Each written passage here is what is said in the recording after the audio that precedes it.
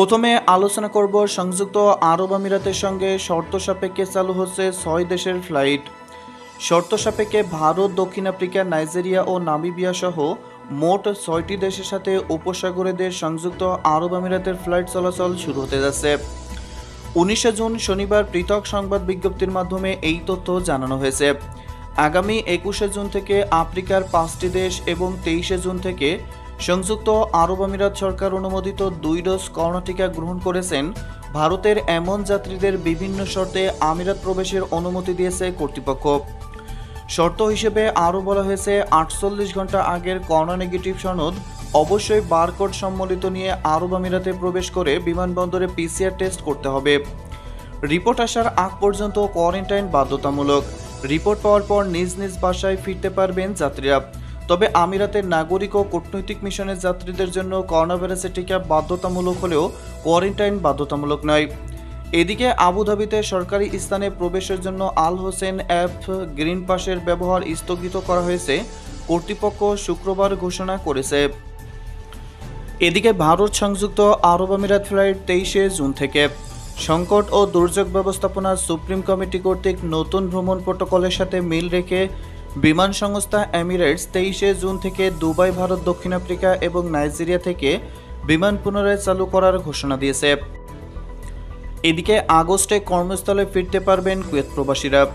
Corona ভাইরাসের সংক্রমণের কারণে আরোপিত নিষেধাজ্ঞা উঠে যাওয়ায় আগামী আগস্ট থেকে কুয়েতে ফিরতে পারবেন প্রবাসীরা।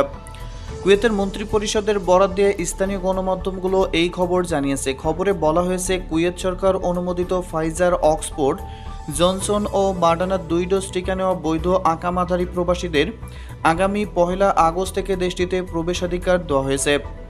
প্রবাসীদের প্রবেশের ৭২ ঘন্টার মধ্যে পিসিআর সনদ নিয়ে আসতে হবে। কুয়েতে এসে প্রাতিষ্ঠানিক কোয়ারেন্টাইনের পরিবর্তে নিজ বাসায় ৭ দিন হোম কোয়ারেন্টাইন থাকতে হবে। প্রবাসীদের মধ্যে যারা টিকা গ্রহণ করেছেন তারা স্বাস্থ্যবিধি মেনে ভ্রমণ করতে পারবেন।